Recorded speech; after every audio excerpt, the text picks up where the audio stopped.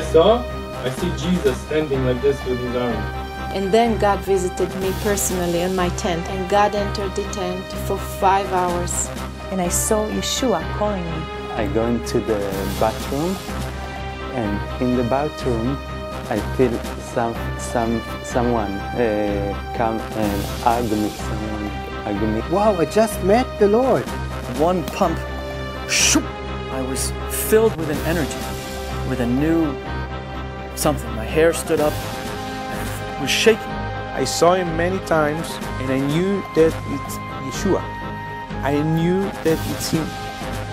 Click the trigger, and then he heard a voice. It came like I saw angels came to me.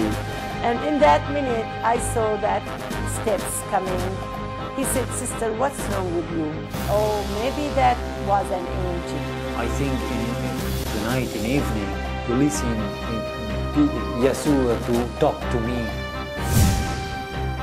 Jesus came to my room and asked me, "What do you want?" And I said, "I want to walk." And he said, "Okay, then give me your hand and start walking." And I could see his face. And in that vision, I could see him on the cross. I saw Jesus. He opened his arm and he told me. And all of a sudden, somebody, as if somebody took over me and said, "Listen, leave the no aside, just say yes. I'll take it from here." Something happened, and I just began to weep. And as I was crying in the shower, Jesus appeared to me. God started to manifest to me in different ways, show me angels. That is awesome. I saw him just a couple of times. So I asked Jesus, "If you're real, if you exist, do this to me. Show me this, do this to me." So all my children, my husband came, and they said, "Wow, it's really, there is a life God." What happened that day was very, I don't know, very supernatural, very unusual. This is really supernatural.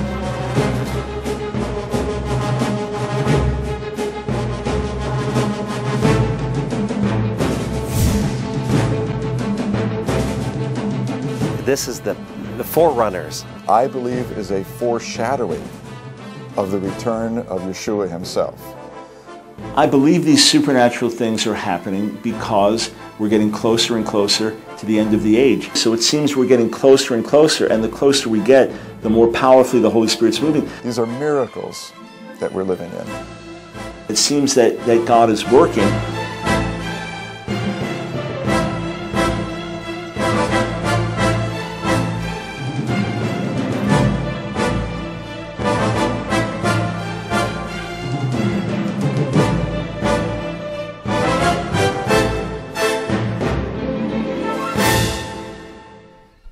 이스라엘과 중동 지역, 팔레스타인 지역에서 일어나고 있는 부활하신 예수를 만난 사람들의 이야기입니다. 오늘은 부활주일입니다. 인간의 죄와 저주를 담당하시기 위해서 육신을 입고 오신 그 하나님의 아들 예수님이 십자가에 죽으시고 3일 만에 부활하신 날입니다. 예수님은 죽으시기 전에 제자들에게 자신의 죽음과 또 부활에 대해서 계속해서 말씀해 주십니다.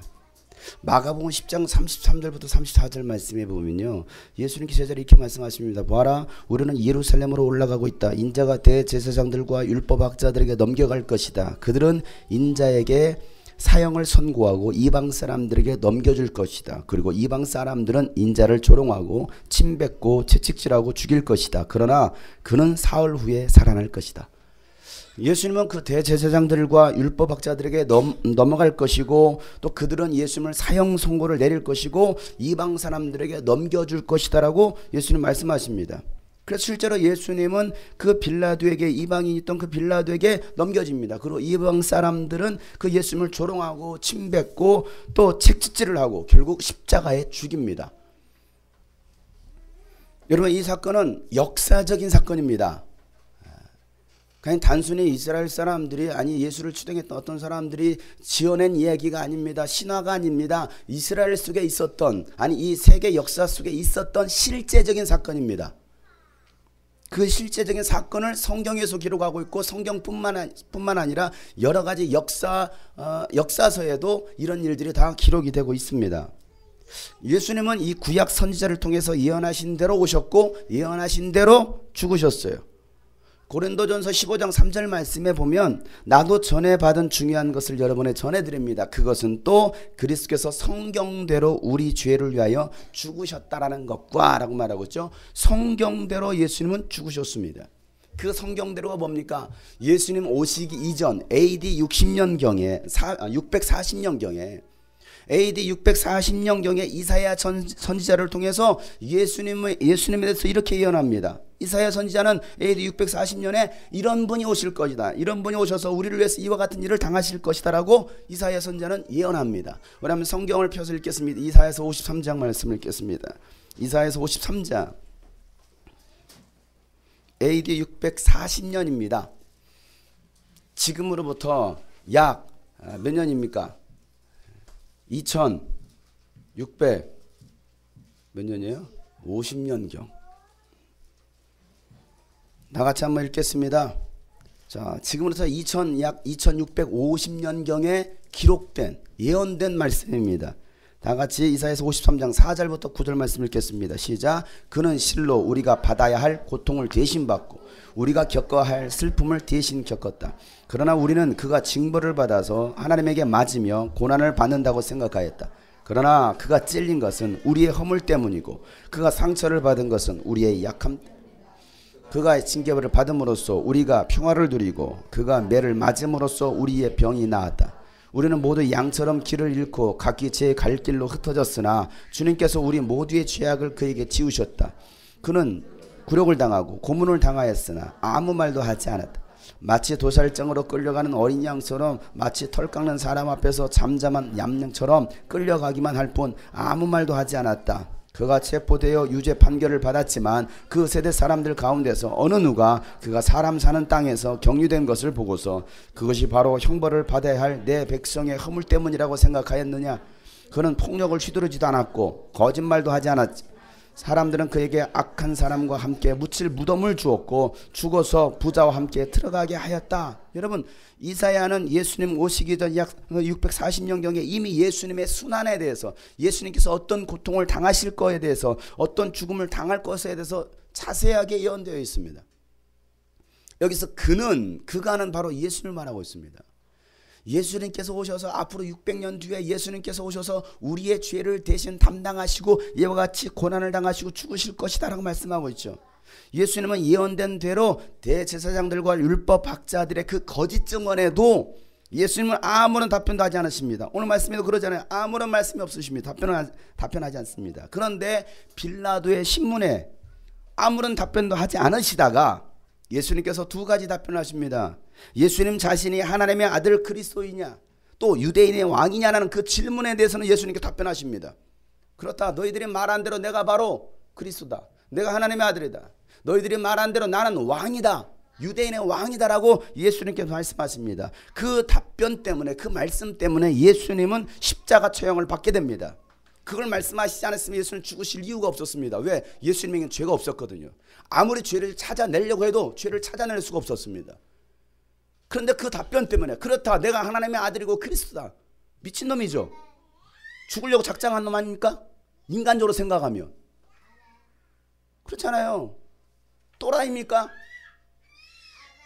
내가 바로 왕이요, 내가 대한민국의 대통령이요. 또라이 아니에요? 내가 온 세계, 내가 왕이요. 또라이 아닙니까? 죽으려고 작정한 거죠. 아무런 죄가 없었습니다. 그런데 예수님은 죽으시러 오셨기 때문에, 왜? 정말 그게 사실이었기 때문에, 내가 바로 하나님의 아들입니다. 내가 그리스도입니다. 내가 유대인의 왕이다라고 예수님께서 그 말씀하시고 처형을 당하십니다. 여러분, 예수님이 하나님의 아들 그리스도이셨기 때문에 그와 같은 말씀을 하시는 것이죠. 그리스도라는 이유로 죽임을 당하는 거예요. 여러분, 다른 말로 보세요. 내가 그리스도인이라는 이유로 핍박받을 수도 있습니다. 내가 그리스도인이라는 이유로 손해를 볼 수도 있습니다. 내가 예수님을 믿는 자녀라는 이유로 고문도 당하고 죽임도 당할 수도 있습니다. 그래도 결코 부인할 수 없는 것은 나는 하나님을 믿는 자녀라는 거예요. 이것만큼은 결코 우리가 부인해서는 안 된다는 사실이죠. 조금만 위기가 오고 어려움이 찾아오면 나 예수 안 믿어요. 나 예수 모릅니다. 나 오늘부터 교회 접기로 했습니다. 종이에요, 접게. 나 오늘부터 교회 끊기로 했습니다. 뭐 마약 끊듯이 끊어? 애들 물어보면 이제 교회 접었어요. 교회는 끊었어요. 학원 끊듯이 다 끊어요. 여러분, 나에게 어떤 위기가 찾아와도, 고난이 찾아와도, 핍박이 찾아와도, 아니 나에게 손해가 찾아와도 내가 하나님의 자녀라는 그 사실, 내가 그리스도라는 그 사실, 우리는 결코 부인해서도 또 배신해서도 안 된다는 사실이죠. 이게 신앙이에요. 아쉬울 때는 교회 다닙니다. 아쉬울 때는 예수 믿습니다. 아쉬울 때는 기도하죠. 아쉽지 않으면, 조금 살만하면 떠납니다. 세상이 더 좋잖아요. 벚꽃 피었잖아요. 벚꽃놀이 가야죠. 여기도 이제 벚꽃 축제할 텐데 주말에 다 거기 가야죠. 교통체증의 주범인 벚꽃을 다 잘라버려.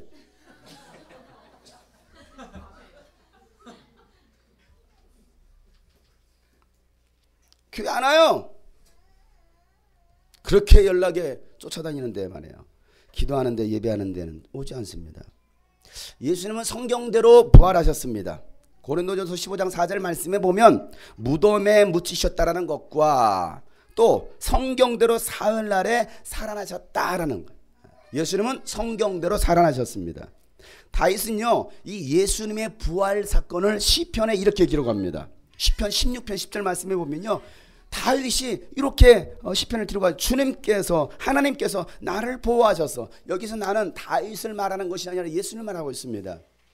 물론 다윗 자신에 대해서 기록하고 있지만 다윗을 통해서 보여지시는 예수 그리스도를 말하고 있죠. 하나님께서 나를, 예수님을 보호하셔서 죽음의 세력이 나의 생명을 삼키지 못하게 하실 것이고 주님의 거룩한 자를 죽음의 세계에 버리지 않으실 것이기 때문입니다 라고 말하고 있어요. 내 입이 부활해야 될 것 같아요. 어떤 죽음의 세력도 예수님을 가두지 못할 거라는 것이죠. 여러분, 이와 같이 예수님은 성경대로 오셨고 성경대로 죽으셨고 성경대로 부활하셨습니다. 또한 성경대로 예수님 믿는 자들을 데리러 다시 오실 것입니다. 이게 재림의 사건이죠. 여러분, 예수님의 재림의 사건들이 이제 그 징조들이 계속해서 나타나고 있습니다. 보여지고 있습니다.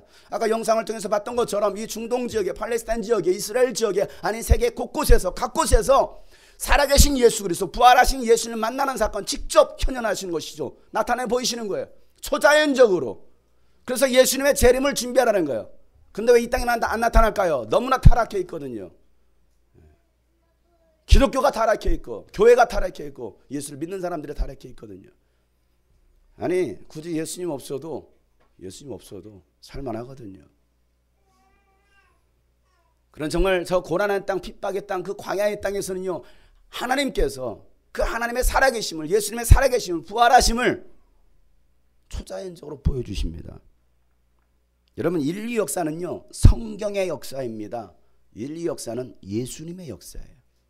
성경은 창세기부터 시작해서 시작과 끝을 말하고 있습니다. 시작은 창세기입니다. 끝은 요한계시록입니다. 이 인류 역사의 시작과 끝, 성경은 기록하고 있습니다. 여러분, 예수님의 부활 사건은요, 인류 최대 사건이에요. 믿지 않는 자들이 봤을 때 이건 최대 사기극입니다. 지금까지 인간이 죽었다가 부활한 사건이 단 한 번도 없었습니다. 물론 죽었다가 다시 살아나는 사람들도 간혹 가다가 있었습니다. 하지만 그들은 또다시 뭐 있습니까? 죽었어요. 왜? 이게 인간이거든요. 그러나 예수는 부활하셨습니다. 말씀하신 대로 3일 만에 부활하셨습니다. 그리고 제자들과 40일 동안 함께 계셨다가 뭐합니까? 하늘로 승천하십니다. 말도 안 되는 사건입니다. 죽었던 자가, 그것도 십자가 처형, 완전히 피를 다 쏟고 누가 봐도 이건 100% 죽었어요. 100% 죽었습니다. 그런데 그 부활하신 예수님이 손에 못자국이 난 그대로, 발에 못자국이 난 그대로, 온몸에 상처가 난 그대로 예수님 부활하셨어요. 그리고 40일 동안 제자들과 함께 있습니다. 그리고 예수님은 승천하셨습니다. 말도 안 됩니다. 그래서 사람들은요, 예수님의 부활을 믿지 않습니다. 왜? 너무 황당한 사건이기 때문에 그래요. 너무나 황당한 일이 일어났기 때문에 그래요. 사람들에게 예수님 믿으라고 말합니다. 여러분, 제발 좀 예수님 믿으세요. 졸지 말고 예수 믿으세요. 정신 차리고 예수님 믿으세요. 말을 합니다. 그런데 못 믿어요. 왜 못 믿습니까? 황당하잖아요. 뭔 자기가 하나님의 아들이래. 자기가 무슨 메시아 그리스도래. 자기가 뭔 죽었다가 살아난데. 말도 안 되는 일 아닙니까? 여러분, 성경 속 이야기는요, 웬만한 그 무협소설만큼이나 이해할 수 없는 사건들이 많이 기록되어 있습니다. 홍해바다가 갈라졌어요. 말이 안 되죠. 그래서 여러분 가서 홍해바다 한번 꼭 가보시길 바랍니다. 그리고 여러분 할 수 있으면 갈라보시길 바래요. 내가 가를 수 있는지 막 가를 수 있는지 지팡이 막 내려쳐보세요. 과연 갈라지는지. 홍해바다가 갈라졌답니다. 태양이 멈췄어요. 기도하니까 태양아 멈춰라. 태양이 멈췄습니다. 죽은 자가 살아났습니다. 안짐이 일어납니다. 물이 변하여 포도주가 되는 그런 사건들. 아니 모세가 이스라엘 백성들이 물이 없다고 마구 불평하니까 하나님께서 야 바위에게 명해라. 모세가 뭐합니까? 바위를 내리칩니다. 지팡이로 바위를 내리치니까 큰 그 바위가 쫙 갈라져요. 쫙 갈라지면서 거기가 물이 폭포수같이 쏟아져 내려옵니다. 그 모든 이스라엘 백성들이 그 수십만의 그 이스라엘 백성들이 다 먹을 만한 그 물들이 공급이 되기 시작해요. 이거 뭐 만화책도 아니고 이건 도대체 이건 뭐 영화에서나 나오는 그잖아요. 그 영화 속에서는 뭐 어벤져스 뭐 이러면 영화니까 재밌네. 이건 뭐 영화도 아니고. 여러분 어찌 보면 말도 안 되는 이야기들이 성경 속에 기록되어 있습니다. 여러분들이 성경을 안 읽어서 몰라요. 여러분 더 재밌는 이야기, 성경 이야기 하나 들려줄까요? 여러분 옛날 동화책에 금도끼 온도끼 아시죠? 나무꾼이 뭐합니까? 열심히 나무를 패다가 도끼를 홀랑 빠쳤어요. 그래서 뭐합니까? 어머 내 도끼 했더니 거기서 붕 나와가지고 이놈아 넌 왜 울고 있느냐? 내 도끼가 빠졌습니다. 그래 기다려라. 이 금도끼가 네 도끼냐? 아니요. 기다려봐라. 이 은도끼가 네 도끼냐? 아니요. 이 썩은 도끼가 네 도끼. 그렇습니다. 애따 다 가져라. 근데 여러분 이 이야기가 성경 속에 있는 이야기인 거 아십니까? 다들 표정이 뭔 소리예요? 엘리사 시대 때 있었던 이야기입니다. 엘리사 시대 때. 그래서 여러분이 안 믿을 것 같아서 성경을 찾아보세요. 열왕기 하, 열하, 왕하죠. 왕하를 찾으세요. 왕하. 열왕기 하 6장을 보세요. 오늘 동화 속으로 한번 들어가 보겠습니다. 열왕기 하 6장 5절부터 6절에 있는 말씀입니다. 열왕기하 6장 5절부터 6절에 있는 말씀 다 같이 한번 읽어보겠습니다. 시작. 그때에 한 사람이 들볶음을 찍다가 도끼를 물에 빠뜨렸다. 그러자 그는 부르짖어 아이고 선생님 이것은 빌려온 도끼입니다 하고 소리쳤자 하나님의 사람이 물었다. 어디에 빠뜨렸느냐? 그가 그것을 알려주니 엘리사가 나뭇가지를 하나 꺾어서 그곳에 던졌다. 그랬더니 도끼가 떠올랐다. 여러분 금도끼와 은도끼는 성경 속에 있는 이야기예요. 그걸 다시 각색했어요. 말이나 되는 사건입니까? 아이고 내 도끼 무슨 일이냐? 도끼가 빠졌어요. 그래 어디냐? 여기입니다. 나뭇가지를 꺾어서 던졌더니 도끼가 올라오는 거예요. 황당하지 않아요? 얼마나 황당합니까? 이런 얘기하면 미쳤다고 하죠.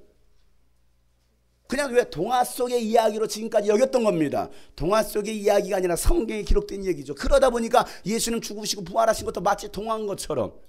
왜? 많은 여러 가지 뭐 유인지나 아니면 동화책에도 그 있잖아요. 예수님 뭐 다 있잖아요. 그러다 보니까 이야기 속에 등장을 한 인물로 생각합니다. 여러분 성경에는 이성으로 이해할 수도 믿을 수도 없는 수많은 사건들이 기록되어 있습니다. 여러분의 이성으로 여러분 성경을 이해하려고 하지 마세요. 여러분 얼마나 똑똑합니까 여러분들이? 여러분은 얼마나 지혜로운가요? 얼마나 여러분 지식이 있습니까? 여러분은 얼마나 과학적입니까? 우리는 내 이성으로 쉽게 말하면 과학적으로 입증이 안 된다 이거죠. 내 이성으로 믿을 수 없다 이거예요. 그래서 안 믿으려고 합니다. 여러분 내 이성 가지고서 성경을 이해할 수 있는 것이 아닙니다. 성경을 내 이성으로 믿을 수 있는 것이 아닙니다. 왜? 믿을 수 없는 수많은 사건들이 이 성경 속에 기록하고 있기 때문에 그 중에 대표적인 뭡니까? 믿을 수 없는 천국과 지옥. 예수 믿으면 천국, 안 믿으면 지옥. 무슨 황당한 그런 이론이 다 있어요. 이게 성경의 이야기입니다. 그래서 우리에게 필요한 것이 뭐냐? 절대적인 믿음이라는 거예요. 믿음. 여러분, 그 믿음은 아무나 가질 수 있는 것이 아닙니다. 여러분이 성경을 믿을 수 있는 것도 은혜예요. 여러분들이 성경이 믿어지는 것도 여러분 감사할 줄 알아야 됩니다. 아무리 성경을 믿으라고 해도 믿지 못하는 사람 너무나 많거든요.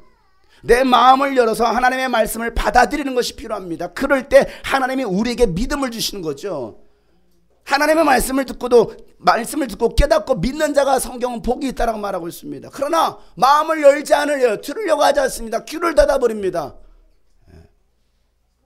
잘못된 이성, 잘못된 가치관, 잘못된 그런 지식 가지고서 하나님을 대적하려고 합니다. 성경을 대적하려고 하죠. 받아들이려고 하잖아요. 제발 마음 좀 열고서 성경 말씀을 좀 들으려고 해야 되는데 마음을 열지 않아요.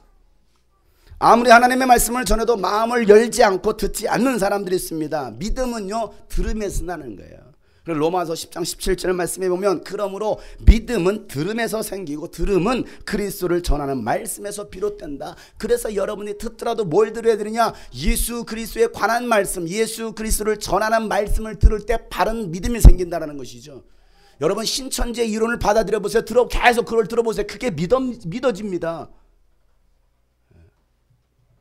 정말 말도 안 되는 그런 것들을 믿어요, 사람들이.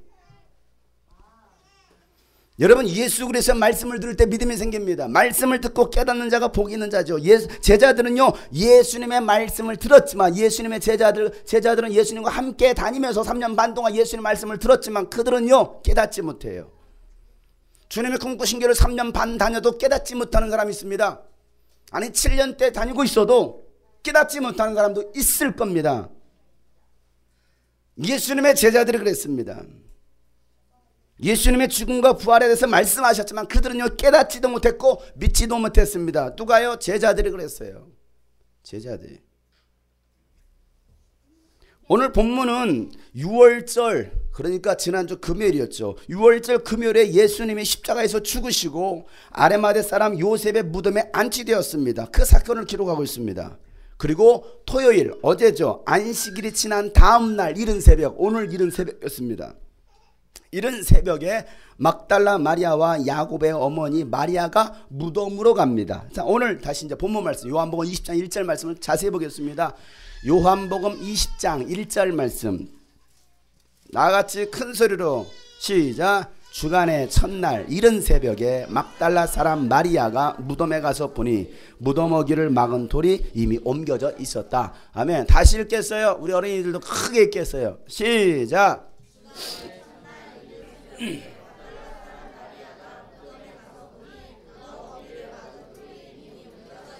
네, 한 주간의 첫날인 오늘입니다. 이 한 주간의 첫날 이른 새벽에 막달라 사람 마리아가 무덤에 가서 봅니다. 자, 질문합니다. 왜 갔을까요? 막달라 마리아 이 여인들이 왜 갔을까요? 왜 갔어요? 예수님의 시체에 향료를 바르기 위해서 갑니다. 마가복음 16장을 보겠습니다. 마가복음 16장 1절 말씀에 같은 사건을 마가는 이렇게 기록하고 있죠. 16장 1절에 시작. 안식일이 지났을 때 막달라 마리아와 야곱의 어머니 마리아와 살로메는 가서 예수께 발라드리려고 향료를 샀다. 자, 이 여인들이 왜 갔어요? 예수님의 시체에 향료를 바르기 위해서 갔습니다. 왜? 예수님의 시체가 썩지 않고 오래 보존되도록 하게 하려고 향료를 바르러 가는 것이죠. 그런데 무덤에 가보니까 무덤문이 열려 있는 거예요. 무덤문이 열렸습니다. 무덤문이 열리니까 깜짝 놀라잖아요. 깜짝 놀라서 뭐합니까? 이 놀란 여자들이 베드로를 찾아갑니다. 자, 요한복음 20장 2절 다시 가겠어요. 요한복음 20장 2절 말씀.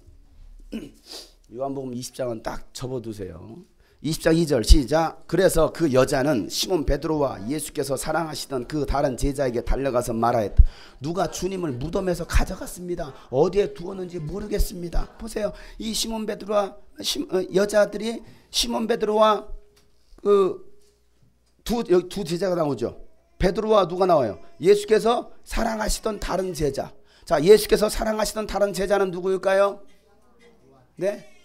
예, 요한복음을 기록했던 요한입니다. 자신을 그렇게 표현하고 있습니다. 예수께서 사랑하시던 또 다른 제자인 요한. 자, 이들을 찾아갔던 여인들은 뭐라고 말을 합니까? 그 제자들에게 누군가가 주님을 그 무덤에서 가져갔는데 시체를 어디에 뒀는지 우리가 모르겠습니다 라고 말을 합니다. 자, 그 말을 들었던 베드로와 요한은 뭐합니까? 무덤으로 달려갑니다. 3절 4절 시작. 베드로와 그 다른 제자가 나와서 무덤으로 갔다. 둘이 함께 뛰었는데 그 다른 제자가 베드로보다 빨리 달렸어. 먼저 자, 이 말씀 3절과 4절 말씀을 잘 보면요, 이 두 제자의 기질이 나와요. 사람마다 다 달라요. 여러분도 기질이 있습니다. 이런 똑같은 사건이 일어날 때 요한처럼 하는 사람이 있고 베드로처럼 하는 사람이 있을 것입니다. 오늘 말씀을 들을 때도 요한처럼 받아들이는 사람이 있고 베드로처럼 받아들이는 사람이 있을 겁니다. 자, 보세요. 둘이 함께 뛰었는데, 둘이 함께 뛰었습니다. 뭐라고? 그런 일이 있어. 그래서 베드로하고 요한이 뭐 하는 거야? 가보자! 막 뛰는 것입니다. 그런데 베드로보다도 누가 더 빨리? 요한이 더 빨리 달려가서 요한이 달리기를 더 빨리 했나요? 잘했나요? 그건 모르죠. 어쨌든 더 빨리 뛰어갑니다. 그리고 먼저 무덤에 도착합니다. 여러분, 왜 더 빨리 뛰어갔을까요? 젊어서. 어이구, 역사학자야, 역사. 왜 더 빨리 뛰어갔을까요? 여러분, 어느 경우 더 빨리 뛰어갑니까? 급한 마음. 또 어느 경우에? 찔림이 없을 때. 굉장히 본인 얘기를 하고 있어요. 네? 반가울 때. 반가울 때. 자, 여기서 계속 뭐라고 그가 자신을 뭐라고 표현하고 있습니까? 예수님을 더 사랑하는, 예수님께 더 사랑을 받는 제자, 이렇게 말하는 다른 제자. 자신을 굉장히 구분을 지고 있어요. 그리고 요한의 행동을 봤을 때 예수님께서 그 마지막 최후 만찬하실 때 요한은 뭐합니까? 예수님의 무릎에 베고서 예수님 누가 파는 자예요? 이렇게 물어보는 굉장히 예수님과 친밀한 그 관계를 이 성경에서 기록하고 있습니다. 그러면 자신을 갖다가 예수님께 특별히 더 사랑했던 요한. 그런데 또 이 제자들의 삶을 봤을 때 정말 하나님이 예수님의 요한을 더 특별히 사랑했습니다. 그래서 마지막 때 일어날 일들에 대해서 누가 기록하게 합니까? 요한이 기록하게 하죠. 요한복음, 요한 1서, 2서, 3서, 또 요한계시록 보면 주제가 나와요. 무슨 주제냐? 하나님은 사랑이다. 하나님이 세상을 이처럼 사랑하사. 하나님은 사랑이시라는 거예요. 왜? 자신이 그렇게 하나님을 사랑했거든요. 그가 예수님께 사랑을 받았던 사람이거든요. 그러니까 하나님의 사랑이 무엇인지, 예수님의 사랑이 무엇인지를 너무나 잘 알았던 제자입니다. 너무나 사랑했어요. 너무나 사랑했지만 위기가 찾아왔을 때 뭐합니까? 똑같이 다른 제자들과 함께 똑같이 예수를 배신하고 도망갔어요. 그런데 예수님의 무덤에 예수님이 없어졌다라는 거예요. 시체가 없어졌다라는 거예요. 그 말을 진짜 놀라기도 하고 막 뛰어가면서 더 빨리 뛰어가는 거예요. 왜? 자기가 사랑했던 그 예수님의 시체가 사라진 거예요. 베드로도 궁금했겠죠. 막 뛰어갑니다. 자, 무덤에 도착하자 요한은 어떻게 합니까? 5절 말씀에 보세요. 시작. 그런데 그는 몸을 굽혀서 삼배가 놓여 있는 것을 보았. 안으로 들어가지는 않았다. 자, 보세요. 몸을 굽혀서 삼배가 있는 삼배가 놓여 있는 것은 보았지만 뭐 하는 거예요? 그 안으로는 들어가지 않습니다. 왜요? 이게 요한의 기질이에요. 성품이에요. 소심해요. 굉장히 사랑하고 뭔가 친밀함 있고 막 하는데 뭔가 이렇게 막 이러고 꼭 예배도 이러고 보는 사람이 있어요. 확 들어와서 보는 사람 있는 거면 이러고 뭐 있나? 그런 사람 있죠. 뭐가 막 일어나고 궁금해. 비켜봐 이런 사람 있는 거면 뭐 이런 사람 있어요. 꼭 요한 같은 사람이에요. 그래요. 제가 그래요. 여러분 그러지 않습니까? 비켜봐. 뭔 일이 이런 사람 있는가 하면 비켜진 틈으로. 요한이에요. 요한은요 참 소심하죠. 그런데 베드로는 어떻습니까? 뒤늦게 도착했지만 베드로를 보세요. 6절 말씀 시작. 시몬 베드로도 그를 뒤따라왔다. 그가 무덤 안으로 들어가 보니 삼배가 놓여 있어. 자, 뒤늦게 도착한 베드로는 뭐합니까? 그냥 비켜봐. 그리고 뭐하는 거? 무덤 안으로 들어갑니다. 이게 베드로예요. 베드로는요 굉장히 성격이요 불같은 사람이에요. 오죽했으면 예수님께서 잡히시던 밤에 뭐합니까? 예수님을 잡아가려고 끌어가니까 거기 있던 그 종의 칼을 뽑아가지고 대제사장이 종의 귀를 잘라버립니다. 이 자식들아 누구를 막 굉장히 막 혈기가 확 이런 사람이에요. 불같은 사람입니다. 그런데 법정에서는 어떻습니까? 당신 예수의 제자지 뭔 소리 하는 거야? 이래 또 금세 이게 베드로예요. 금방 저주하고 배신하기도 합니다. 이게 베드로. 나 주님 사랑해요. 나 주님밖에 없습니다. 했다가는 또 그 위기가 차요. 아유 글쎄요 난 모르겠는데. 여러분 그런 베드로가 뭐합니까? 요한은 무덤 밖에서 이러고 보고 있는데 베드로는 뭐합니까? 비켜봐 비켜봐. 그래서 예수님의 무덤을 직접 들어가서 확인합니다. 자 확인했을 때 무슨 일이 일어납니까? 예수님의 시체는 없고 시체를 덮었던 삼배는 놓여있고 머리에 쌌던 수건은 세마포와 함께 놓이지 않고 딴 곳에 객겨 있었다라고 말하고. 자 7절 말씀 읽어보겠습니다. 7절 시작.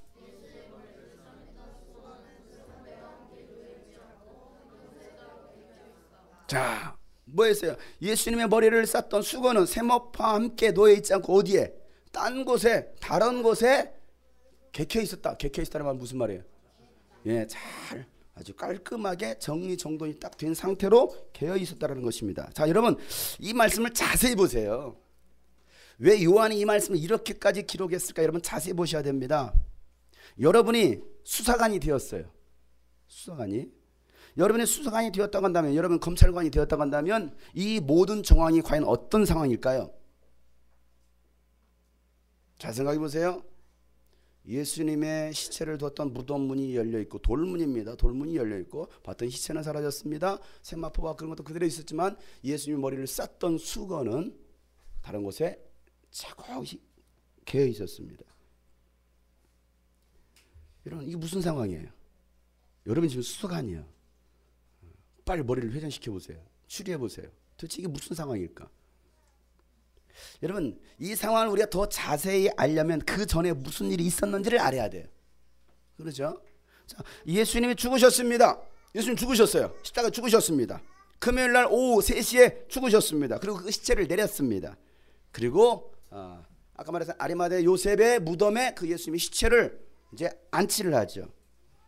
자 그러고 난 다음에 대제사장과 예수님을 죽였던 대제사장과 이 바리새인들은 예수님의 그 죽음 사건 이후에 혹시라도 더 큰 밀란이 일어날까 봐 두려워서 예수님을 단단히 지키도록 명령을 합니다. 왜냐하면 예수님이 죽으시기 전에 예수님이 하셨던 말씀이 그들은 떠올랐던 거예요. 내가 죽고 난 다음에 반드시 뭐 할 것이다? 3일 만에 살아날 것이다 라는 이야기를 대제사장 기억하고 있습니다. 그러니까 그런 일이 일어나면 안 되잖아요. 누군가 그 시체를 훔쳐가 가지고 예수님 부활했다 거짓말로 예수님 훔쳐간 다음에 예수님 부활했습니다 그러면 더 많은 사람들이 현혹돼서 밀란이 일어날까 봐 두려워서 뭐 하느냐면 그 말을 잘 기억해뒀다가 그 시체를 갖다가 뺏어가지 못하도록 훔쳐가지 못하도록 딱 지키게 합니다. 그러니까 훔쳐가지 못하도록 하는 것은 이미 예수님 뭐 했다라는 거예요? 죽은 것이 확인이 되었다라는 거예요. 자 마태복음 27장으로 가보겠습니다. 27장 마태복음 27장 63절부터 66절 말씀. 마태복음 27장 63절부터 66절 나같이 읽겠습니다. 시작. 이튿날 곧 예비일 다음 날에 대제사장들과 바리새파 사람들이 빌라도에게 몰려가서 말하였 각하 세상을 미혹하던 그 사람이 살아있을 때에 사흘 뒤에 자기가 살아날 것이라고 말한 것을 우리가 기억하고 있습니다. 그러니 사흘째 되는 날까지는 무덤을 단단히 지키라고 명령해 주십시오. 혹시 그의 제자들이 와서 시체를 훔쳐가고서는 백성에게는 그가 죽은 사람들 가운데서 살아났다 하고 말할지도 모릅니다. 그렇게 되면 이번 속임수는 처음 것보다 더 나쁜 영향을 미칠 것입니다. 자, 굉장히 약한 사람들이에요. 아주 치밀하죠. 빌라도가 그들에게 말했다. 뭐라 말합니까? 경비병을 내줄 터이니 물러가서 제주껏 지키시오. 그들은 물러가서 그 돌을 봉인합니다. 돌을 봉인합니다. 돌을 봉인했다는 말은 무슨 말이에요? 표시를 하는 거예요. 봉인이란 말을 여러분 아시죠? 도장을 꽉 찍는 거예요. 흔적. 그래서 뜯어진 흔적이 있으면 이거 누가 손댔어 이렇게 되잖아요. 돌을 봉인하고 경비병을 두어서 무덤을 단단히 지켰답니다. 며칠 동안? 3일 동안. 시간 일요일까지. 왜? 일요일날 3일에 제3일에 부활한다고 했으니까 오늘이잖아요. 오늘까지 그럼 단단히 지켜. 야, 절대 졸지 마. 졸지 마. 정신 바짝 차리고 단단히 지켜. 이러고 있는 것입니다. 자, 그런데 보세요. 경비병들은 돌을 임봉하고 무덤을 굳게 지키고 있었는데 무덤에 돌이 굴려져 있는 거예요. 그리고 시체가 사라진 겁니다. 그리고 그 시체의 머리를 쌌던 수건은 따로 객해져 있었습니다. 여러분, 누군가가 급하게, 제자들이 급하게 훔쳐갔다 간다면 그 경비병에 걸리지 않았을까요? 아니면 그들이 뭐 졸고 있는 틈을 타서 들어갔을까요? 이런 돌문이 작은 돌문이 아니에요. 엄청나게 큽니다. 어느 정도 큰지 아십니까? 가서 보세요. 6월 25일 자막 나갑니다. 네. 여러분, 그 무덤의 돌문이요, 어느 정도 크냐면 이 정도 됩니다. 이 정도야. 돌입니다. 돌. 이걸 어떻게 한두 사람이 돌을 밉니까? 굴립니까? 이건 여러 사람의 장정들이 필요한 거예요. 그럴 때 여러분, 아무리 졸고 있어도 이게 아무리 졸고 있는 병사들이 막 돌을 밀어 그거 못 들었겠습니까? 그런데 돌문이 굴려졌어요. 시체가 살아있는 것도 아무도 모르고 있습니다. 그런데 보세요. 누군가가 급해 시체를 훔쳐갔다 간다면 수건을 따로 개놓고 나갔겠어요? 야, 수건이야. 정리 정돈 하고 가야지. 야, 정리. 누가 그러고 나갑니까? 그럴 사람 없습니다. 그럴 경황이 없죠. 자, 그렇다면 이 사건은 어떤 사건입니까? 무슨 사건이에요? 예수님께서 말씀하신 대로 부활하신 사건이에요. 자, 그리고 예수님의 시체가 없어진 것을 봤던 베드로와 요한의 반응을 보세요. 8절 말씀이죠. 시작. 그제서야 먼저 무덤에 다른 제자도 들어가서 보고.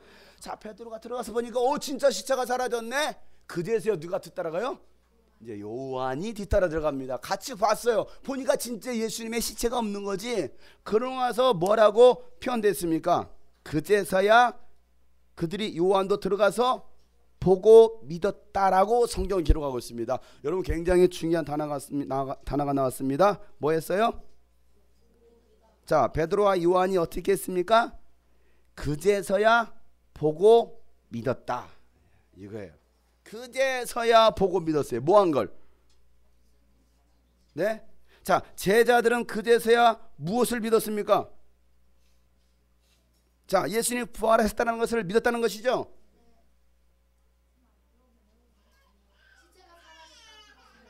그제서야 그들이 보고 믿었습니다. 자, 예수님이 부활하셨다는 것을 제자들이 그제서야 보고 믿었다는 것이죠. 네, 성경을 자세히 보면 예수님이 부활한 것을 믿은 것이 아닙니다. 그들은 예수님의 부활을 믿은 것이 아니라 예수님의 시체가 도난당했다라는 것을 믿은 거예요. 다른 말로 말하면 여인들이 했던 말을 믿는 겁니다. 예수님의 시체가 도난을 당했습니다. 그들 가서 보니까 진짜로 시체가 없거든. 그제서야 그들은 보고 믿었다. 누구의 말을 믿어요? 여인의 말을 믿습니다. 자, 예수님의 말을 믿습니까? 예수님의 말씀을 믿지 않아요. 예수님이 하셨던 말씀을 믿는 것이 아니라 사람들이 전해주는 말을 믿습니다. 야, 신은 없어, 하나님은 없어, 예수님 무슨 부활해, 그 말을 믿습니다. 예수님의 말씀을 믿지 않아요. 오늘날도 마찬가지입니다. 왜 그러느냐?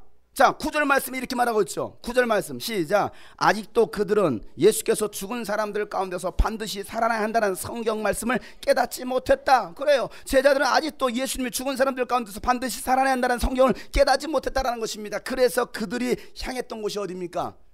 자기들이 있었던 그곳으로 돌아갑니다. 10절 말씀이죠. 다 같이 시작. 그래서 제자들은 자기들이 있던 곳으로 다시 돌아갔다. 여러분은 어떻습니까? 자, 이 말씀을 비교하면서 과연 나는 어떠냐 이거예요. 예수님은 우리를 위해서 죽으시고 3일 만에 부활하셨다는 것을 여러분 믿으십니까? 여러분의 믿음은 무엇입니까? 무엇을 믿으며 여러분 교회를 다니십니까? 제자들이 예수님의 부활의 사건을 믿었다고 한다면 자기들이 있던 곳으로 다시 돌아가지 않았을 것입니다. 그들은요 그 즉시 예수님이 부활하셨다라고 증거했을 것입니다. 그런데 그들은 뭐하고 있지 못해요? 믿지 못하고 있다는 것입니다. 예수님의 부활의 사건을 믿지 못하고 있다는 것입니다. 우리가 예수님의 부활을 믿는다면 다시 돌아가지 않습니다. 과거의 삶이나 세상적인 삶으로 돌아가지 않습니다. 왜 여러분 하나님을 등지고 교회를 떠납니까? 왜 예수님의 부활을 증거하지 못하고 또 기도하지 못하고 헌신하지 못합니까? 예수님의 부활을 믿지 못하는 거예요. 왜 우리가 세상 것들을 끊지 못합니까? 왜 죄악들을 끊지 못합니까? 나를 망하게 하는 것들을 왜 끊지 못합니까? 예수님의 부활을 믿지 못하는 거예요. 그냥 예수님의 시체가 사라졌을 뿐이야, 도난당했을 뿐이야, 사람의 말을 듣습니다. 여러분, 예수님의 부활을 믿지 못하는 사람들, 그들에게는요 생명의 부활도 없습니다. 교회는 다닐 수 있어요. 종교적 의식은 갖출 수 있습니다. 오늘 부활주일이니까 하나님께 부활의 예배를 드리자, 뭐 부활절 감사 예물도 준비하지, 뭐 여러 가지 뭐 특별 찬양 청년부 특송도 하자, 다 할 수 있어요. 부활절이니까. 그러나 부활을 믿지 않는 사람들, 부활을 사실로 인정하지 않는 사람들, 그들에게는요 영원한 생명의 부활도 없다는 것이죠. 예수님이 부활하신 것처럼 우리에게도 반드시 부활이 있습니다. 믿었던 사람도 믿지 않는 사람도 모두에게 부활이 있습니다. 단 생명의 부활에 동참할 거냐 아니면 심판의 부활에 동참할 것이냐라는 차이가 있어요. 이 차이는 엄청난 차이입니다. 엄청난 차이예요. 오늘은 부활주일입니다. 수많은 사람들이 예수님의 부활을 기뻐하고 예배할 겁니다. 여러분들도 그래서 나왔습니까? 과연 예수님의 부활을 믿고서 그들은 과연 예배하고 있겠느냐는 거예요. 전국 전 세계에서 부활절 예배를 드리고 있는데, 아니 이스라엘에서도요 부활절 예배를 드립니다. 이스라엘에서도. 우리가 3년 전에 우리 성도들과 함께 그 부활주일에 가서 우리가 예배를 드렸잖아요. 물론 그건 예수님의 무덤은 아니었습니다. 예수님 부활하셨다라 이스라엘에서도요 부활절 예배를 드립니다. 전 세계에서 부활절 예배를 드리고 있습니다. 과연 그들이 예수님의 부활을 믿을까요? 예수님의 부활을 믿는다면 그대로 있을 수 없을 텐데 말이죠. 다 말뿐인 거예요. 신앙사를 한다고 하지만 말뿐입니다. 부활절 예배. 심지어는요 불교계에서도요 예수님의 부활을 축하한다라는 메시지를 보냅니다. 예수님의 부활을 축하합니다. 과연 그들이 예수님의 부활을 믿을까요? 믿는다면 그들이 과연 그렇게 있겠느냐는 거예요. 여러분 잘 기억하세요. 예수님의 부활을, 예수님의 탄생을 축하합니다. 불교계에서도 다른 종교계에서도 보냅니다. 예수님의 탄생과 예수님의 부활에 대해서. 그들이 믿고 그렇게 성탄 메시지, 부활의 메시지를 보낼까요? 아니, 더 웃기는 일은 석탄일에 기독교에서도 교회에서도 그 절에 석탄일을 축하합니다. 메시지를 보내고 있어요. 정신 나갔죠? 과연 우리는 예수님의 부활을 믿고 있습니까? 여전히 세상이 더 좋습니다. 즐겁습니다. 할 것 다 하고 교회 생활도 합니다. 부활절 예배도 드립니다. 그런데 중요한 것은 삶의 부활이 일어나지 않는 거예요. 변화가 일어나지 않는 거죠. 오늘 하루 부활절 예배로 끝나는 겁니다. 더 이상의 부활의 삶을 살아가지 않습니다. 제자들처럼 다시 돌아가는 거예요. 예수님께서 부활하셨음에도 불구하고 그들은 부활을 믿는 것이 아니라 예수님의 시체가 사라졌어 그 사건을 보고 믿습니다. 여러분, 예수님이 부활하신 걸 믿으십니까? 예수님의 시체가 사라진 걸 믿으십니까? 정말 중요한 얘기죠. 그래서 우리가 무엇을 믿느냐 이거예요. 여러분은 무엇을 믿고 여러분 오늘 교회 나오셨습니까?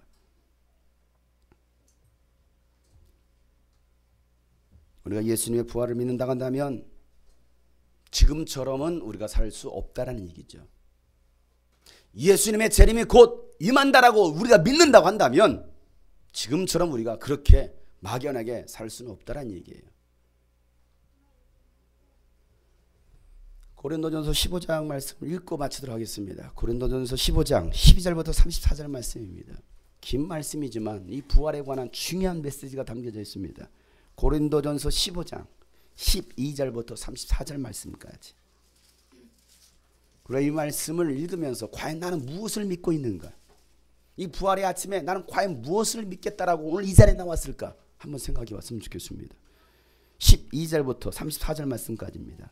그리스도께서 죽은 사람들 가운데서 살아나셨다고 우리가 전파하는데 어찌 여러분 가운데 더러는 죽은 사람의 부활이 없다고 말합니까? 죽은 사람의 부활이 없다면 그리스도께서도 살아나지 못하셨을 것입니다. 그리스도께서 살아나지 않으셨다면 우리의 선포도 헛되고 여러분의 믿음, 여러분 예수님 부활하지 않았다고 한다면, 예수님 살아나지 않았다고 한다면 우리가 믿는 이 믿음이 헛된 것입니다. 때려쳐야 됩니다. 믿지 말아야죠. 예수님 부활이 없는데. 미쳤습니까? 믿을 이유가 없는 거예요. 우리는 또한 하나님을 거짓되이 증언하는 자로 판명될 것입니다. 그러잖아요. 거짓말하는 자들 아닙니까? 부활이 있다, 천국과 지옥이 있다, 거짓말하는 자들 아닙니까? 부활이 없다 한다면, 그것은 죽은 사람이 살아나는 일이 정말 없다면 하나님께서 그리스도를 살리지 아니하셨을 터인데도 하나님께서 그리스도를 살리셨다고 하나님에 대하여 우리가 증언했기 때문입니다. 그러잖아요. 내가 지금 여러분들한테 그 얘기하고 예수님 부활하셨습니다. 하나님 그를 살려주셨습니다. 이 얘기하고 있잖아요. 나는 거짓말쟁이가 되는 거예요. 사기치는 놈이죠. 여러분들도 마찬가지예요. 사기치는 사람들이에요. 왜? 거짓말들을 유포하고 있으니까. 사람들을 현혹하고 있으니까. 이게 집단 사이비 집단입니다. 자, 읽겠습니다. 그리스도께서 살아나지 않으셨다면 여러분의 믿음은 헛된 것이 되고 여러분은 아직도 죄 가운데 있을 것입니다. 그리고 그리스도 안에서 잠든 사람들도 멸망했을 것입니다. 그리스도 안에서 우리가 바라는 것이 이 세상에만 해당되는 것이라면 우리는 모든 사람 가운데 가장 불쌍한 사람이, 왜 가장 불쌍한 사람입니까? 이 자리에 나올 필요 없잖아요. 집에 가서 차라리 잠을 자지. 피곤한데. 아니면 벚꽃놀이 가죠. 여행 가죠. TV라도 보고 영화라도 보고 문화 스포츠도 즐기고 다 하죠. 부활이 없다 간다면 뭐 하려고 나와서 여러분 쉽게 말하면 속된 말로 개고생합니까? 시간 들이지, 또 거기다 헌금하지. 미쳤습니까? 11조도 하게. 하지 마세요. 하지 마세요. 부활이 없는데 이것처럼 헛된 일이 어디 있습니까? 근데 왜 우리가 주일 성수를 갖다 그렇게 아주 주일 성수합니까? 왜 11조 합니까? 주일 헌신하고 충성 왜 합니까? 왜 천도합니까? 부활이 있기 때문에. 이 사실을 믿으니까. 이 사실을 믿지 못하는 사람은 안 합니다. 하나님 앞에 예배 나오지 않아요. 기도하지 않습니다. 전도하지 않습니다. 11조는 무슨 11조입니까? 돈 아까운데. 성교는 무슨 성교입니까? 죽으러 가는데. 정말 헛된 것이죠. 불쌍한 사람입니다. 여러분은 불쌍한 사람이에요. 부활이 없다면. 그러나 이제 그리스도께서는 죽은 사람들 가운데서 살아나셔서 잠든 사람들의 첫 열매가 되셨습니다. 한 사람 아담으로 말미암아 죽음이 들어왔으니 또한 한 사람 예수로 말미암아 죽은 사람의 부활도 옵니다. 아담 안에서 모든 사람이 죽는 것과 같이 그리스도 안에서 모든 사람이 이제 살아나게 될 것입니다. 그러나 각각 제 차례대로 그렇게 될 것입니다. 첫째는 첫 열매신 그리스도이시오. 예수님 제일 먼저 부활하셨습니다. 그 다음은 그리스도께서 재림하실 때에 그리스도께서 한 사람들이 부활하게 될 것입니다. 그때가 마지막입니다. 부활과 재림을 얘기하고 있어요. 그때 그리스도께서 모든 통치와 모든 권위와 모든 권력을 폐하시고 그 나라를 하나님 아버지께 넘겨드리실 것입니다. 하나님께서 모든 원수를 그리스도의 발 아래에 두실 때까지 그리스도께서 다스리셔야 합니다. 맨 마지막으로 멸망받을 원수는 죽음, 마귀라는 거예요. 성경이 이르기를 하나님께서 모든 것을 그의 발 아래 굴복시키셨다 하셨습니다. 모든 것을 굴복시켰다고 말할 때는 모든 것을 그에게 굴복시키신 분은 그 가운데 들어있지 않은 것이 명백합니다. 그러나 모든 것이 하나님께 굴복당할 그때는 아들까지도 모든 것을 자기에게 굴복시키신 분에게 굴복하실 것입니다. 그래서 하나님은 만유의 주님이 되실 것입니다. 다 같이 시작. 죽은 사람들이 살아나지 않는다면 죽은 사람들을 위해서 침례를 받는 사람들은 무엇하려고 그런 일을 합니까? 죽은 사람이 정말로 살아나지 않는다면 무엇 때문에 그들은 죽은 사람들을 위하여 침례를 받습니까? 그리고 또 우리는 무엇 때문에 시시각각으로 위험을 무릅쓰고 있습니까? 그러잖아요. 여러분 신앙생활에 여러 가지 위험한 일들이 있습니다. 왜 우리가 위험을 무릅쓰고, 물론 여러분 위험을 무릅쓰고 여러분 신앙생활 하고 계십니까? 너무 편안합니까? 아무런 문제도 없습니까? 위기도 없습니까? 그냥 잘 됩니까? 복음 때문에, 예수님 때문에 위험을 무릅쓰는 거예요. 여러분이 여러분의 인격이나 여러분의 삶의 그 태도들이 잘못돼 가지고 여러분 어려움 당하는 거 말고요. 예수 복음 때문에 위험을 무릅쓰는 거예요. 지난주에 케냐에 있었던 여러분 사건을 여러분 기억할 것입니다. 주보도 있었죠. 케냐 대학에 뭐 합니까? 테러 집단이 들어가가지고 무슬림 그 IS 집단이 들어가서 뭐 합니까? 총으로 쏴 죽였어요. 수백 명을 죽였습니다. 그들 가운데 특별히 예수 믿는 사람인지 기독교인인지 이슬람교인인지 그걸 물어봅니다. 너 예수 믿는 사람이야? 그럼 그들을 더 의도로 총 쏴 죽였어요. 그래서 수많은 학생들이 죽임을 당했습니다. 이게 위험을 무릅쓰는 거예요. 여러분 위험을 무릅쓰십니까? 저 주일날 교회 가야 됩니다. 예배 가야 됩니다. 학원 포강 나가야지. 이제 시험 기간인데 지금 직장이 얼마나 바쁜 때인데 무슨 교회냐. 출근해야지. 잘릴 수 있는데 위험 아닙니까? 집에서 쫓겨날 수도 있어요. 예수 믿지 말라고 했지. 교회 다니지 말라고 했지. 그럼 나는 예수 믿을 건데요. 이 나쁜 놈 새끼 하면서 쫓겨날 수도 있는 위험 당하고 계십니까? 신앙은 위험을 무릅쓰는 거예요. 신앙은. 오늘 말씀에도 시시각각으로 위험을 무릅쓰고 있습니다. 형제자매 여러분, 나는 감히 단언합니다. 나는 날마다 죽습니다. 이것은 우리 주 예수 그리스도께서 여러분에게 하신 그 일로 내가 여러분을 자랑스럽게 여기는 것만큼이나 확실한 것입니다. 나는 날마다 죽음을 경험하고 있다는 것이죠. 내가 예배소에서 맹수와 싸웠다고 하더라도 인간적인 동기에서 한 것이라면 그것이 나에게 무슨 이익이 있겠습니까? 만일 죽은 사람이 살아나지 못한다면 내일이면 죽을 터이니 먹고 마시자 할 것입니다. 그렇잖아요. 부활이 없는데 어차피 죽을 건데 그냥 막 살을 줘. 그냥 먹고 싶은 거 다 먹고 그냥 밤새 어차피 죽을 건데 밤새 술 마시고 죽으면 되는 거 아니에요. 밤새 놀다가 죽으면 되는 거 아닙니까? 어차피 죽을 건데 부활이 없는데. 근데 부활이 있다 간다면 그렇게 하겠느냐 이게. 부활이 있다 간다면 그렇게 하겠습니까? 부활이 없으니까 주님의 날에 자기 하고 싶은 거 다 하는 거예요. 놀러 가죠. 골프 치러 가요. 골프 치러. 등산 갑니다. 새벽부터. 왜? 취미생활이 더 중요한데. 돈 버는 게 더 중요한데. 공부하는 게 더 중요한데. 아니 가족과 함께 지내는 것이 더 중요한데. 부활이 없는데. 여러분 부활을 믿으십니까? 옆에 사람 물어보세요. 당신은 부활을 믿으십니까? 진지하게 물어요. 당신은 부활을 믿으십니까? 오늘 말합니다. 속지 마십시오. 그 말에 대해 속지 말라는 것입니다. 속지 마십시오. 나쁜 동무가 좋은 습성을 마칩니다. 똑바로 정신을 차리고 죄를 짓지 마십시오. 여러분을 부끄럽게 하려고 내가 이 말을 합니다만 여러분 가운데 더러는 하나님을 아는 지식이 없습니다. 하나님도 몰라요. 교회 다니면서 성경도 몰라요. 하나님을 믿는다고 말하지만 하나님에 대한 지식이 없어요. 그러면서 천국 간대요. 여러분 그것 때려치우자 이거죠. 교회 생활은 하고 있지만 하나님을 몰라요. 부활을 몰라요. 이 사람들이 불쌍한 사람들이에요. 왜? 교회를 열심히 다니는데 지옥 갈 거거든요. 정말 불쌍한 사람이야. 이거 안 믿는 사람보다 더 불쌍한 사람이 믿고 죽는 사람이 지옥 가는 사람이. 교회 다니다가 지옥 갈 사람들. 진짜 불쌍한 사람들이죠. 이 가운데도 있습니다. 이 가운데도 진짜 불쌍한 사람이 있어요. 마지못해 어쩔 수 없이 나와서 앉아있는 사람도 있습니다. 왜? 이 말이 안 믿어지거든요. 이해가 안 가거든요. 예수님 부활하셨습니다. 정신 똑바로 차려야 됩니다. 오늘 말씀에 그러죠? 똑바로 정신을 차리십시오. 나쁜 동무가, 나쁜 친구가 여러분의 좋은 습성을 망칩니다. 차라리 여러분이 살려면 그 나쁜 동무를 떠나세요. 나쁜 환경을 떠나세요. 그게 여러분을 망친다고 한다면. 술자리를 떠나세요. 문화를 떠나세요. 친구들과 여러분의 좋은 습성을, 예배 생활을 방해하는, 기도 생활을 방해하는 그런 나쁜 동무들, 습관이 있다고 한다면 떠나세요. 과감하게. 그게 여러분을 살리는 거예요.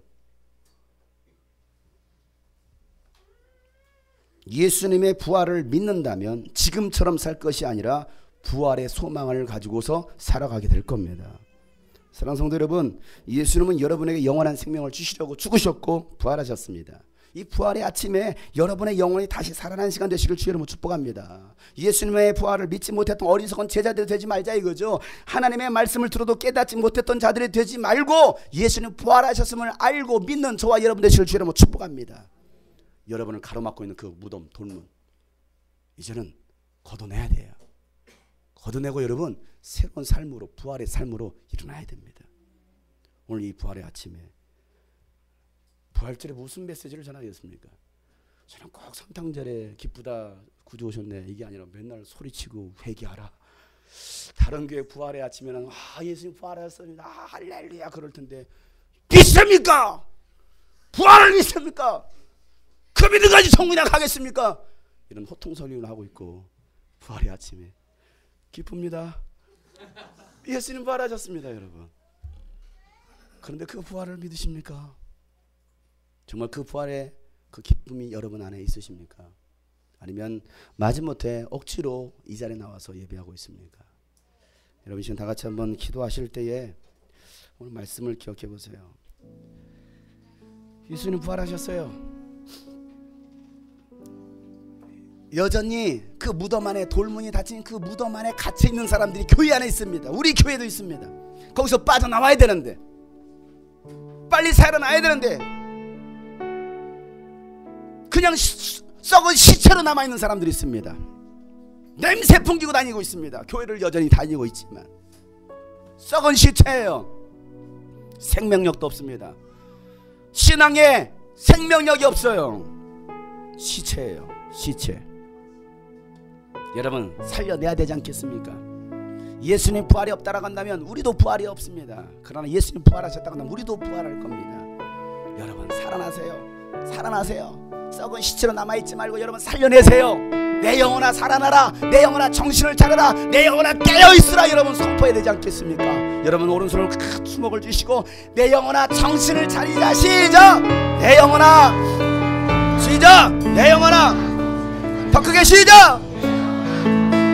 다시 한번 외치세요. 내 영혼아 정신을 똑바로 차려라. 시작. 정신을 똑바로 차려라. 시작. 시작.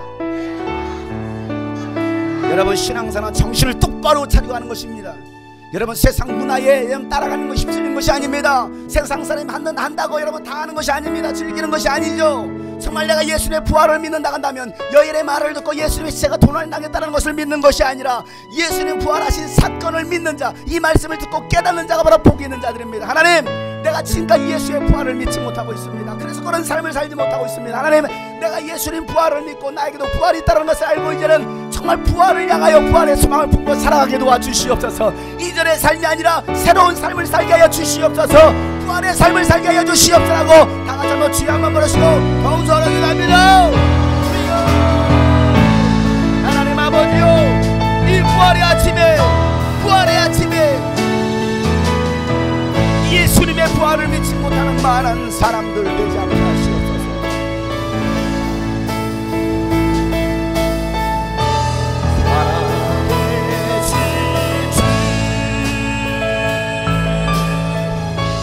나의 참된 소망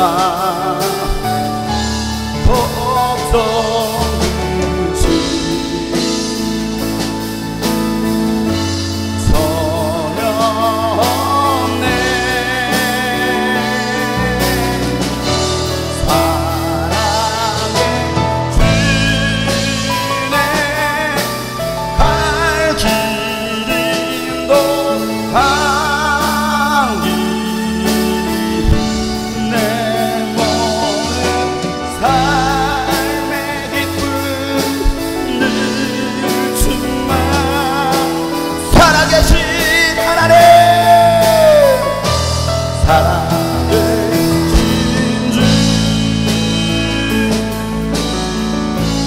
나의 참된 소망 거정듯이 부활의 소망 부활의 기쁨이 저희들 가운데 있게 하여 주시옵소서. 살아계신 하나님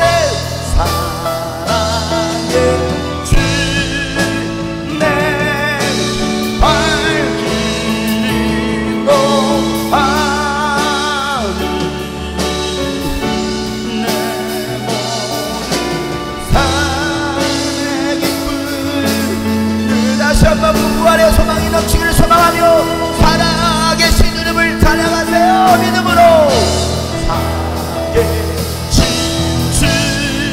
나의 참된 소망이 되신 예수, 나의 참된 소망. 걱정, 근심, 두려움을 다 버리시고 여러분의 가정의 주인 부활하신 예수님이 되도록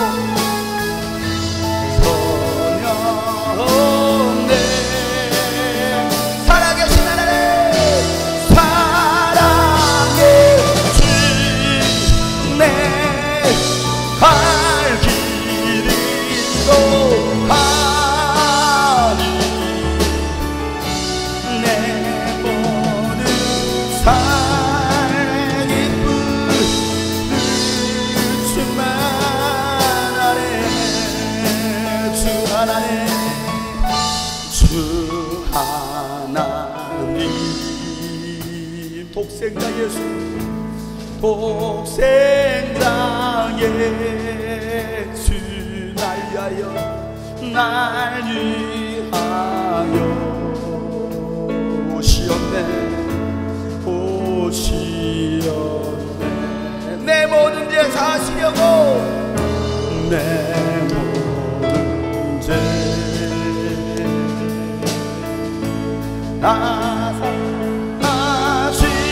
나사하시고 죽음에서 부활하신 죽음에서 부활하신 나의 구세주 살아계신 하나님, 살아계신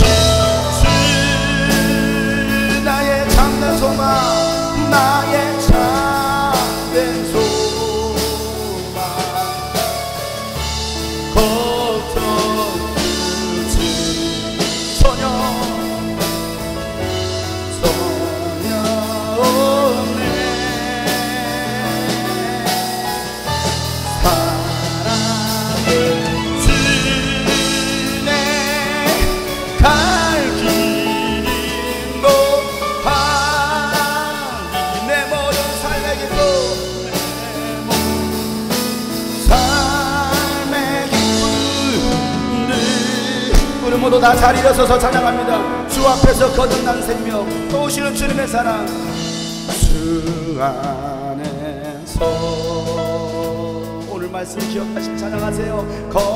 거듭난 우리는 새로운 삶입니다. 변화된 삶으로 살아가는 것입니다. 또 오시는 주님의 사랑, 여러분 부활하신 예수를 믿지 못한다면 여러분 기쁨도 없습니다. 확신도 없습니다. 참 기쁨과 확신을 가지세요. 확신 가지고 예수님의 도우심, 예수님의 도우심 이며 살아계신 하나님, 살아계신 주 예수님 살아계십니다. 예수님 부활하셨습니다. 나의 참된 소망, 걱정 없이 소녀 없네 소녀 없네 사랑의 주님, 사랑의 주님 갈 길이 부활하신 예수님, 정신을 똑바로 차리고 살아라 주님 말씀하십니다. 늘 주만 우리 주님께 두 손 높이 들고 부활하신 이름을 찬양합니다. 살아계신 주 나의 참된 소망, 나의 참된 소망, 걱정 그신 걱정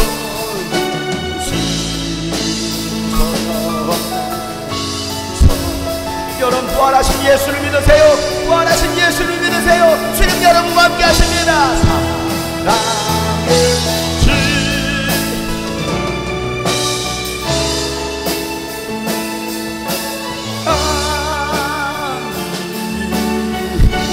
내 모든 삶의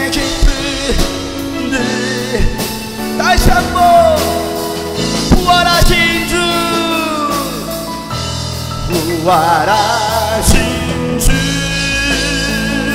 나의 참된 소망 나의 참된 소망 걱정 의심 소용없네 사랑의 주님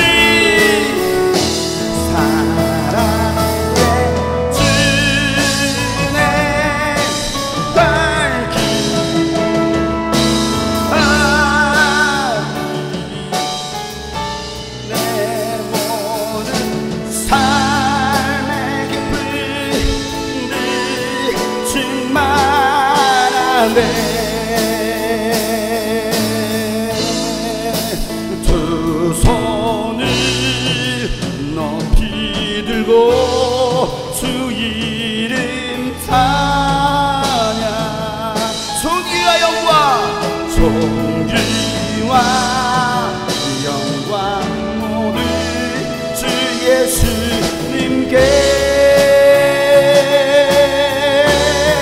영광의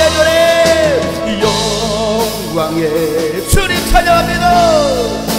주님 찬양하세 죽으시고 부활하신 죽으시고 부활한 만왕의 왕 만왕의 왕 다시 한번 영광의 주님 찬양하세 영광의 주님 찬양하세 모든 영광 능력 모든 영광 능력 찬송 예수님께 영광의 주님 영광의 주님 찬양하세 주의 백성 모두 함께 찬양하세 두 손을 높이 들고 주님을 찬양합니다 두 손을 높이 들고 주 이름 찬양 존귀와 영광 존귀와 영광 모두 예수님께 부활의 주님 찬양하세 부활의 주님 찬양 죽으시고 부활하신 죽으시고 부활하신 만왕의 왕 다시 한번 영광의 주님을 찬양합니다 영광의 주님 찬양 모든 영광 능력 모든 영광 능력 찬송 예수님께 영광의 주님 찬양합니다 영광의 주님 찬양 주의 백성 모두 함께 주의 백성 모두 함께 찬양하세 주님께 두 손 높이고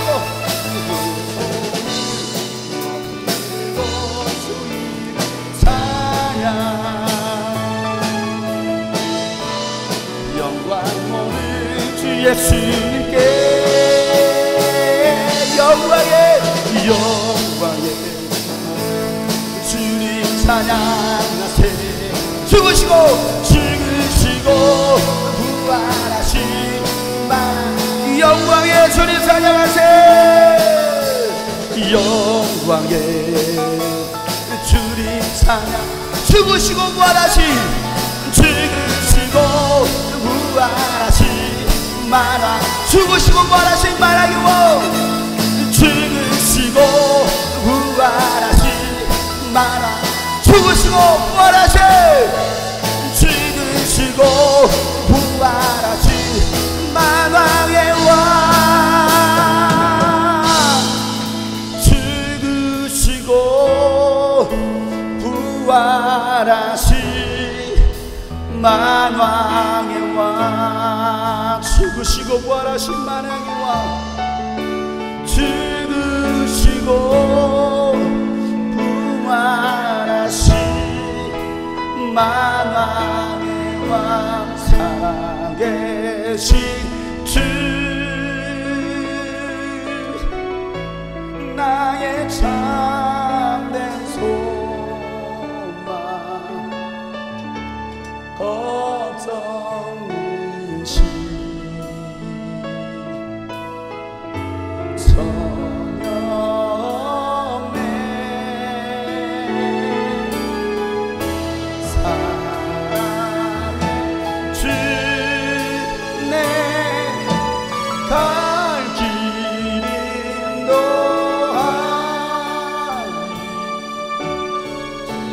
내 모든 삶의 기쁨을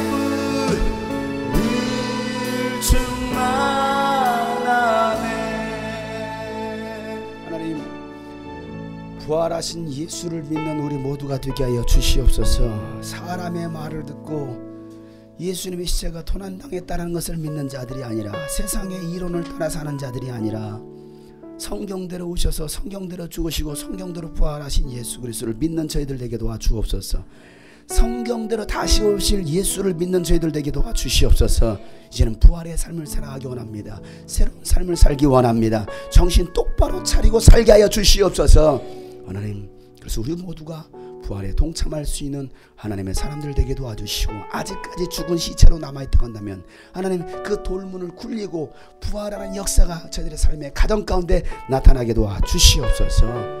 이제는 우리 구주 예수 그리스도의 은혜와 하나님 아버지의 놀랍고도 지식한 사랑과 성령님의 감화감동 그 교통 충만하심이 부활하신 예수를 믿고 그 예수님처럼 살아가기를 작정한 모든 하나님의 사람들 머리 위에 이제부터 영원토록 함께 하시기를 간절히 축복하며 기도하옵나이다.